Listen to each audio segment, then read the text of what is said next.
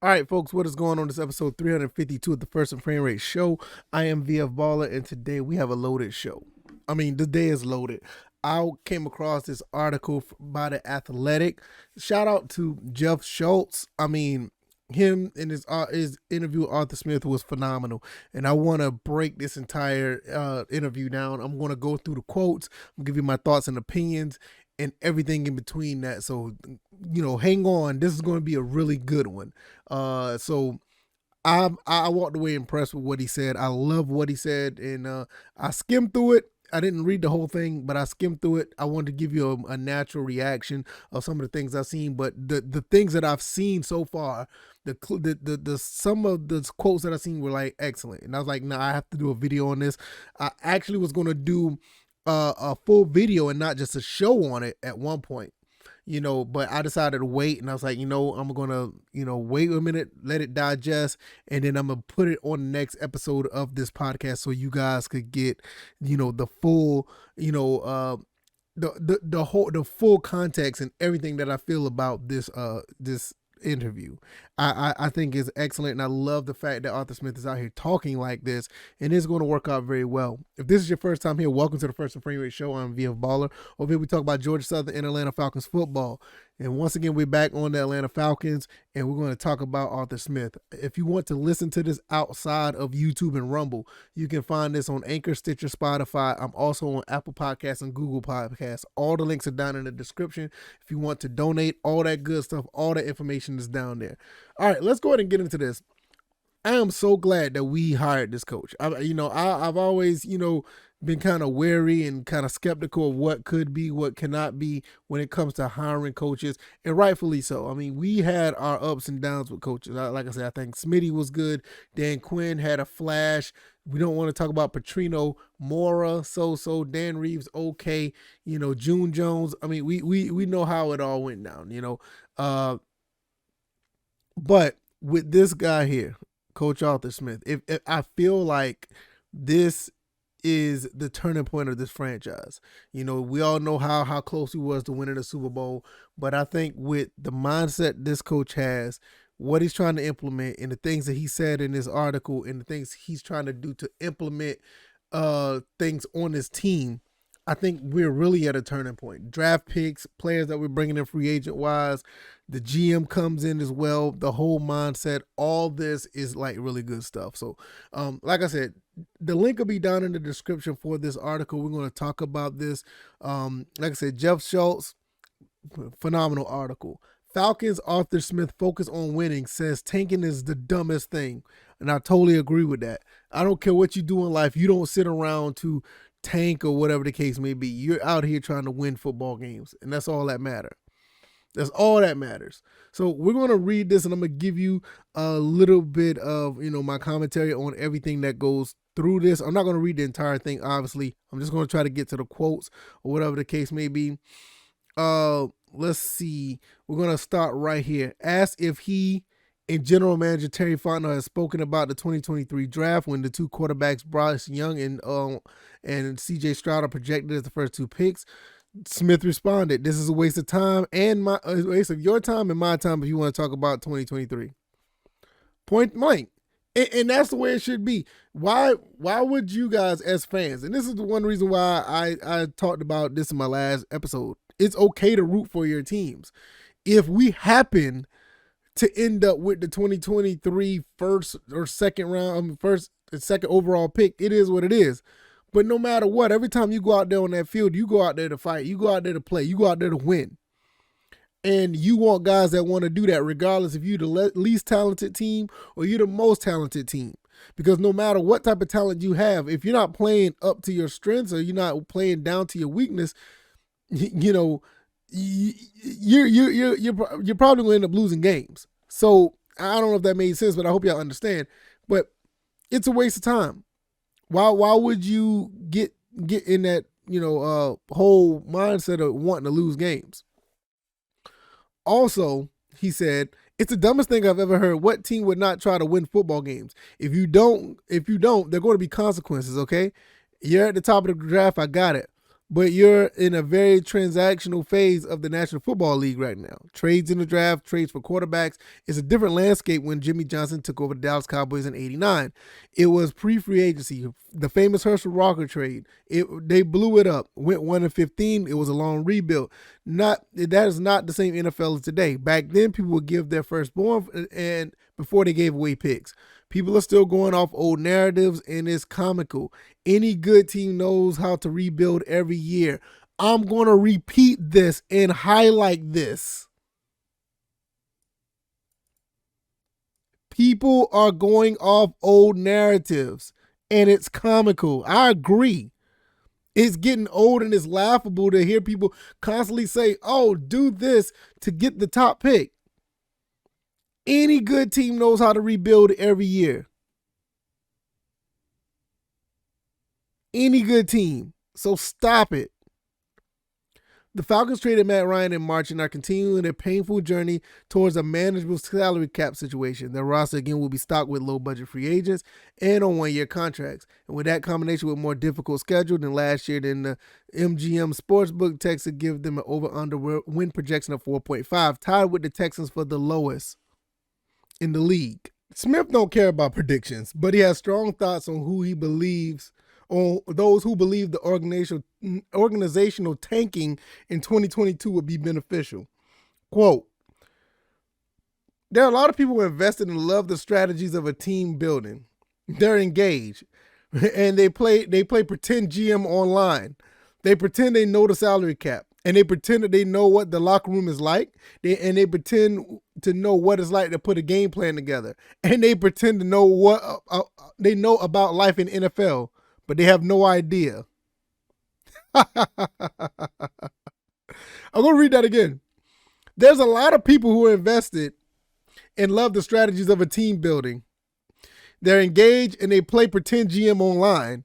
They pretend that they know the salary cap, and they pretend they know what the locker room is like, and they pretend to know what it's like to put a game plan together. And they pretend to know about life in the NFL, but they have no idea. You know, there's a lot of people on Twitter. There's a lot of people on Twitter who does this. A lot of people on Twitter who does this. They have no idea. They just feel like, oh, if they do this, this will be okay. No, it's a lot to go into it. This is why I react to what the team does, and I give you my thoughts and opinion based on what they do or what they have done. I'm not going to sit here and tell you what the team should do because I have no idea. I'm just a guy behind the microphone. I don't know what this team is supposed to do, and I'm readily more than able to admit it. I don't know what Georgia Southern's going to do when they're in their whole transition with Coach Clay Helton, and I can't wait to see what they do. Just like I can't wait to see, finally, after year number 2, Arthur Smith has most of his fingerprints on this team the way he wants it. We don't know what they're supposed to do. And I get it. Some people on Twitter say that's what we're supposed to do on Twitter is to project. Okay, yeah, it's one thing to project, but at least act like you know what you're talking about. Because sometimes people type and they sound good, but when other people read it, you have no idea what you're talking about. And we all know it and see it. This is why I tell you guys, people who are negative, overtly negative on this team, leave them alone. Avoid them. Let them have an echo chamber where they all could be negative by themselves. They're not worth talking to. Nevertheless, let's keep going. There's an old saying in professional sports: coaches want to win today, general managers want to win tomorrow. The suggestion, often accurate, is that the decision maker on the field usually has the less job security than the one behind the scenes. Okay, yada, yada, yada. Okay. Smith is aware of the saying that he and Fontenot are on the same page in regards to the pace and strategy of the rebuild. There was a thought by some that Atlanta should have traded Ryan before last season. Okay, I think that's a fair assessment. But Smith said the potential dead money hit on the salary cap made that a poor option. More on that shortly. And both he and Fontenot felt trying to win games in 2021 was important for the players' buy-in process and building of a new culture. You know what? That is phenomenal. That is a phenomenal outlook on what you're trying to do as a team. And I'm not saying that because I'm dead serious. even though you want to trade Ryan, you know it wasn't a good option at the time. I said this when they did their post interview that one time. I think it was a live stream I did where we all pretty much found out that it seemed like that they wanted to get rid of Matt Ryan from day one, but they knew it wasn't a good option. So what they did was they tried to go out there and win games, and they felt like it was important. I'm going to highlight this right here. They felt like it was important for the players' buy-in process and building of a new culture, which I totally understand. I get it. And there was no and is no tension spinning off competing agendas. Here's the best way I can answer. This is Arthur Smith once again. Here's the best way I can answer that. Terry and I have a shared vision on how to build this thing in the long term and also compete in the short term. Smith said, you can keep selling hope all the time. You have to have that buy-in. Is it going to be perfect every year? No. But you need a program like Pittsburgh that can sustain the success, that wins year after year, and even in the down years, it's going to be a dogfight to play them. You have to have something to sell. Otherwise, you're just a politician. Beautiful quote right there. Another great quote. Like, look, I'm going to say it. I don't know if this is going to be a recipe to win football games or whatever, but you can't deny what this guy is saying. He's saying the right stuff. He's saying better stuff that's better than the right stuff. This is good stuff. Look, but you need to have a program like Pittsburgh, and we can say what we want about the Steelers. The Steelers may have an up and down season, but I will tell you one thing for sure. The Steelers always find a way. The Steelers always find a way to be competitive. Let me see if I can move this real quick. There we go. The Steelers always find a way to be competitive. Always. They always find a way to win 9, 10, 11 games. And even in their down years, you're going to have a problem beating them in any week. Otherwise, you're a politician. You got to have something to sell. Perfect. Matt Ryan with the Falcons the starting quarterback for 14 seasons, was traded to the Colts for a third-round pick after the team ill-advised pursuit of Deshaun Watson, which I thought it was going to be a good look, but looking back now, I mean, have you seen the new thing on Deshaun Watson about the text messages? I mean, my God, Deshaun Watson, he could be in some trouble, but that's another story for another day. Many didn't have an issue with the franchise pushing reset. It was more about the clumsy way of things unfolded or an owner Arthur Blank's blind spot when it came to Watson. That's understandable. I mean, Arthur Blank known Watson for a long time. Get it. Understood. He's the owner. Who you going to say no to the owner, really? The Falcons' thoughts of trading Ryan before last season, they likely would have had drawn a better return in draft pick compensation. Instead, they restructured his contract after multiple previous restructures and effectively kicked the financial can down the road for another year. On some level, Smith wanted to see how well this offense would work with Ryan, wide receiver Calvin Ridley, and rookie Kyle Pitts. Smith and Fontenot also weren't sure what they had with certain players. But when Ridley stepped away for mental health reasons and eventually was suspended for gambling and other things did not unfold as hoped, the plan was dead. Totally understand that. Regardless, the Falcons understood if Ryan was brought back in 2022, his contract would have to be restructured yet again. That was not something Smith and Fontenot wanted to do because it would be just delaying the inevitable. So all you people that want and love Matt Ryan, I get it. All you want to love and want Matt Ryan to finish as a Falcon, I get it. I was on board with that. But you got to understand, if you're going to continue to restructure, you got to understand, I think what it was, like $63 million against the cap, dead money right now, because we had to trade him. That's an insane hit, and continue to restructure. You would never build a team that way. I don't care who you got. You would never rebuild a team that way. You'll end up being in purgatory dealing with that. Quote, Smith said, at some point you had to trade him. To restructure the contract, he added, would have been just opening another credit card to pay off debt. Perfect analogy. As for fans of the media who believe the Falcons should have moved on from Ryan a year ago and immediately drafted his replacement, Smith said, oh, this is going to be good. He said that they don't understand the cap. Sure, it could have been done and made a whole salad of changes to the roster, but what would you be now? We knew it was going to be brutal for 2 years on the cap, no matter how we did it. If you go with the theory, blow it up and draft the quarterback year one, you better make sure you get the kids some help or it's going to be a disaster. I'm going to repeat that. Blow it up, draft the quarterback year one. You better make sure you get the kids some help or going to be a disaster. Justin Fields would not have survived last year. You see the receivers that we had last year? Justin Fields barely survived with the Bears. The kid's going to get hit way too much. He'll probably have nobody to throw the ball to, and very few quarterbacks have gone through those rough patches and come out okay on the other side. There have been exceptions, but you need some guys to help you. I just said that. And I didn't even read that. I just said that. And with the Falcons, did not have a conducive situation restarting with the young quarterback? No, they didn't. Not with the situation that we inherited. And look, until you go through an entire season, you can study it from the outside, but you can't really know how everybody in the building works. What's fixable, what's not. Who are the guys you can count on in the future? That's why it felt important to extend Jake Matthews and Grady Jarrett, two cornerstone guys who was a part of 28-3 and still produced after the fact. You may make some bad decisions if you just blow up the whole roster right away. It would have been ugly. I cannot disagree. With what he said. Looking back now, I totally get it. 6 months ago, I probably would have been on the other side of the fence on that.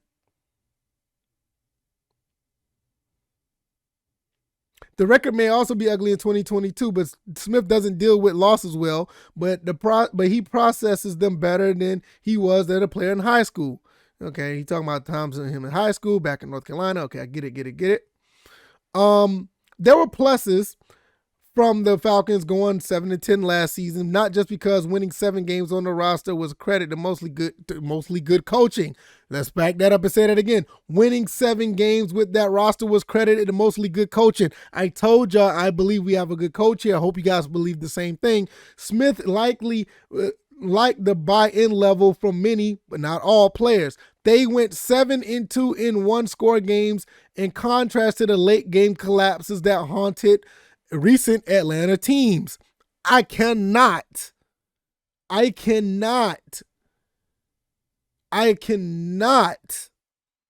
give enough credit for this. Y'all remember the game? Y'all remember the Dallas game? Which one person on Twitter that I know, I like him because me and him still, cool because of Georgia Southern. No, I'm saying not cool with him now, but he constantly referenced that Dallas game. The reason why he's not an Atlanta Falcons fan, but he constantly talks about the Falcons, which is another story for another day. But y'all remember the Atlanta game. I mean, y'all remember the Dallas Cowboys game. Y'all remember all the other games that we had, that we lost when we had late game collapses. Do I need to talk about the Super Bowl again? This last year, with very little talent in the receiving side of the ball, on the receiving side of offense, went 7-2 in one-score games in a passing league. If you're looking for Smith's ideal blueprint on how to build a team, start in Kansas City. The Chiefs hired head coach Andy Reid in 2013 remained competitive through their building process and didn't draft their quarterback of the future, Patrick Mahomes, until 2017. So they didn't get Patrick Mahomes for 4 years. Remember the 4 years before that when they had Alex Smith? Yeah, they were still competitive, but they ain't had no Patrick Mahomes. Mahomes took over the starter in 2018, and the Chiefs won the Super Bowl in 2019, Reid's 7th season. So if you think you're going to try to get a Super Bowl out of the Falcons, you may have to wait a while, and that's okay. Because a lot of teams don't win Super Bowls like that. What do you think we are, the Patriots? Every situation is different. But the Chiefs' evolution to feed into Smith's mind, wait a minute.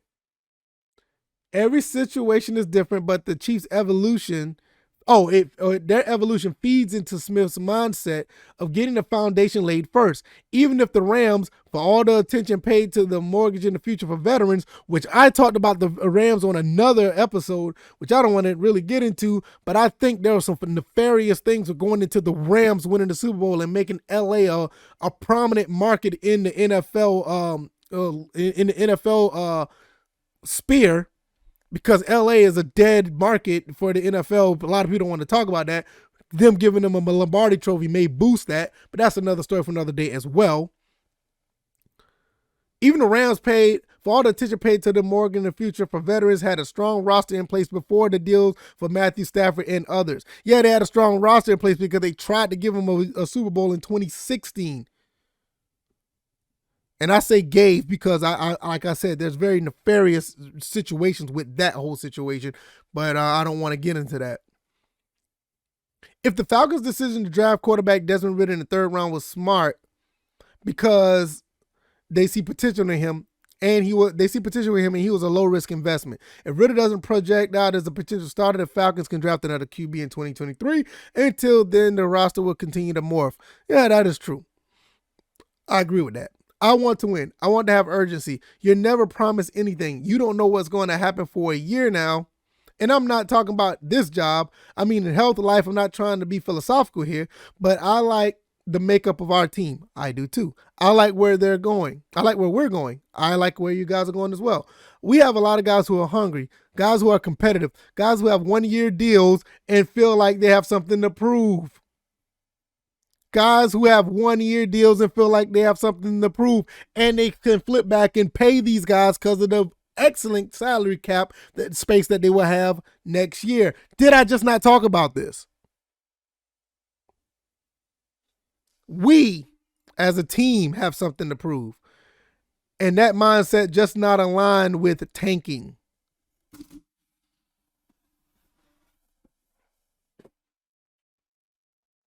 Do I need to say anything else? This was an excellent article by Arthur Smith. I know I'm a little more animated than usual, but this article has me so pumped up, so hyped up. I can't help but I've been thinking about this. I've been thinking about this article all day ever since I read it or skimmed through it. I've been wanting to go through this with you guys. That's the end of the article. I don't have anything to say. Let me know what you guys think. If you like this podcast, hit the like button, share this podcast, subscribe to the channel if you haven't already. Subscribe to any of these podcast avenues if you haven't already. Check out all the links down there below. If you want to donate and you find out in your heart's content to donate, the links are down there as well, the Cash App and the PayPal. Also, you can you can donate through Anchor as well. I really appreciate you guys for giving me all your time to listen to this. Give me your feedback on this, because you guys don't have to do that. There's any other place you can be, but you guys decide to come here in the morning and listen to this. You guys decide to come late on in the afternoon when you go out, going home from whatever you guys are doing, work, school, or whatever, to listen to what I have to say. And I cannot thank you guys enough. I will tell you, I don't know if this doesn't get you riled up and excited for your team. I don't know what else will. I love what I heard from this coach. I love every bit of it. I know I'm a little more laid back and I get a little loud every now and then, but this, I was animated because I love every bit of this. Excellent interview here. The link will be in the description. You want to go back and listen to or read it for yourself, because I don't think there's any audio here. Let me look. No, there's no audio here. I think this is worth 2, 3, 4 times. You need to read this. Even if all the doubters, people who are doubting this team, the so-called Falcons fans that are doubting this team, need to read this. Excellent piece by the coach. Now, I want to see if this implements into some success. I hope so. But if you took a 7-win team, made the team that we had last year a 7-win team, I could just imagine what he does when he gets everything in place. Everything in place. I can imagine what he's able to do. I don't have anything to say, man. I'm going to get out of here, man. You guys have a wonderful Thursday. I hope you guys enjoy yourselves. Have fun. Keep your head up high if you're a Falcons fan. There's no reason not to at this point. All that stuff in the past is over with. I want to get out of here. Enjoy your Thursday. I got to go. You guys be blessed. Take it easy. Peace.